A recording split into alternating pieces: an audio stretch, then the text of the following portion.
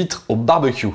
Bon, je sais, on est en intérieur, et je vais vous proposer une recette que vous pourrez faire en extérieur. Ici, nous, on va utiliser une plaque en fonte à la place de notre barbecue. Pour cette recette, je vais utiliser des huîtres du sud de la France, plus précisément de l'étang de Thau.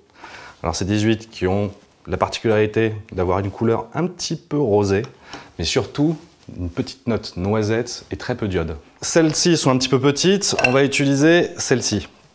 Alors là, j'ai de la catégorie 1. Il faut savoir qu'avec les huîtres, le chiffre est inversement proportionnel à la taille. Plus le chiffre est petit, plus l'huître est grosse. Là, comme on va faire des brochettes, tant qu'à faire, il nous faut de la grosse huître. Donc je vais les ouvrir. Donc pour ça, je me munis d'un torchon. Je place l'huître au creux de ma main. Alors moi, je les attaque par derrière. J'enfonce ma lame. Donc je fais remonter ma lame jusqu'au muscle. Et je coupe le muscle. Voilà. Je vais récupérer déjà la première eau que je vais verser dans ma casserole. Et je vais laisser mon huître former une seconde eau. Plus l'huître fait de l'eau, meilleure elle est. Les huîtres, c'est un concentré de bienfaits. On va trouver des vitamines, des oligo-éléments, des sels minéraux extraordinaires.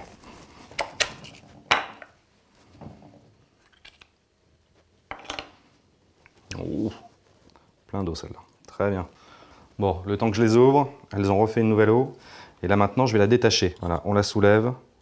La seule partie qui est vraiment attachée, c'est ce muscle. Donc je vais le sectionner en essayant d'abîmer le moins possible mon huître. Voilà.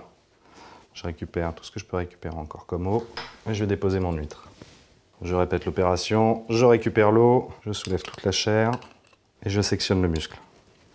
Je peux mettre le feu à fond dessous. J'ai ici toutes mes huîtres. Elles ont encore fait de l'eau. Splendide. On récupère. J'ai une bonne petite quantité, on va quand même l'allonger avec un tout petit peu d'eau, de l'eau claire, voilà. Et là, dès que ça va bouillir, on va pocher nos huîtres. Et là, 30 secondes, 1 minute, juste le temps qu'elles deviennent bien fermes. Voilà, je l'ai dit, c'est ultra rapide, donc je peux couper le feu. Hop! On égoutte de façon à ne récupérer que les huîtres. Alors c'est normal, hein. Elles ont un peu rétréci en taille. C'est pour ça qu'on en a pris des très grosses. Et donc là maintenant, on va leur faire le petit nettoyage de printemps. Alors le petit nettoyage de printemps, c'est tout simple. En fait, je vais éliminer le muscle, cette partie-là.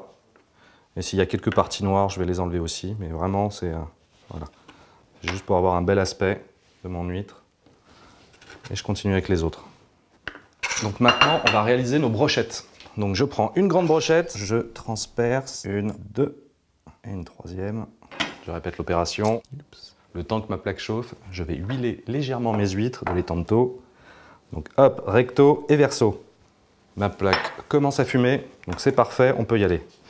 Je vais déposer mes petites brochettes.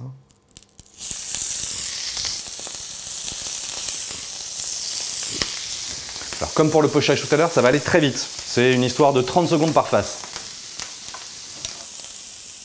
Hop là, ouais, ça y est. Ça commence à être marqué. Voilà. Je peux couper ma plaque.